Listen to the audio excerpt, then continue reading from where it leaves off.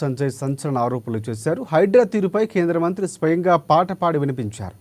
పారాని ఇంకా ఆరనే లేదు, తోరణాలు కల వాడనే లేదు అంటూ పాట పాడి సెటైర్లు విసిరారు. ఇప్పటి వరకు జరిగిన కూల్చివేతలన్నీ హిందువులవే అంటూ కామెంట్స్ చేశారు. ముస్లింలకు సంబంధించిన ఏ ఒక్క బిల్డింగు కూల్చలేదన్నారు. హైడ్రా పేరుతో కాంగ్రెస్ పార్టీ కొరివితో తలగొక్కుంటుందని విమర్శించారు. హైడ్రాకు బీజేపీ వ్యతిరేకం కాదని స్పష్టం చేశారు.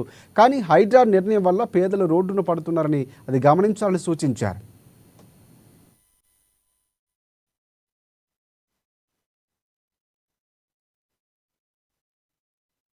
వాళ్ళతో సేవ చేసుకుని ప్రభుత్వం మోసం చేస్తే అధికారం వచ్చిన ఈ ప్రభుత్వము వాళ్ళు ఆదుకుంటుందంటే వాళ్ళు ఆదుకునే ప్రయత్నం చేస్తలేదు. ఇలా 3 విషయంలో కాంగ్రెస్ పార్టీ, బీఆర్ఎస్ పార్టీ, దీనిలో బీఆర్ఎస్ పార్టీ భాగస్వామ్యం ఉంది. రుణమాఫీ విషయంలో ఈ గ్రామ పంచాయతీ మాజీ సర్పంచ్ అందరూ బికారిగాలు కావడం కారణం బీఆర్ఎస్ పార్టీ, ఇప్పుడు సాయం చేయకపోవడానికి కాంగ్రెస్ పార్టీ. ఈ రెండు పార్టీలు కారణం.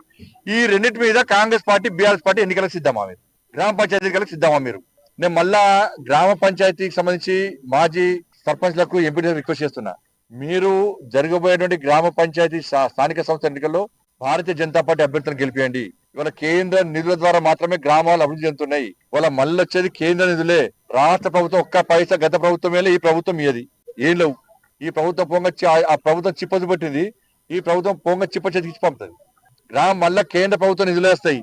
బీజేపీ సభ్యులు గెలవకుంటే గ్రామ పంచాయతీ నిధులను మళ్ళీ డైవర్ట్ చేస్తారు. వీళ్ళు కరెంటు బిల్లో, శాలరీసో రెంట్లో కట్టి ఇచ్చే ప్రయత్నం చేస్తారు. కాబట్టి మీకోసం ఇలా భారతీయ జనతా పార్టీ మద్దతు తెలపండి. గ్రామ పంచాయతీ ఎన్నికల్లో, స్థానిక సంస్థల ఎన్నికల్లో ఇవాళ మా అభ్యర్థులు గెలిచిన తర్వాత ఇవాళ ఇదే హైదరాబాద్ నడిబొడ్డున మా గెలిచిన సర్పంచ్లు అందరితోని, ఎంపీటీసీలు, వార్డు మెంబర్లు అందరితోని ఇవాళ గతంలో మిలియన్ మార్చ్ ఏ విధంగా జరిగిందో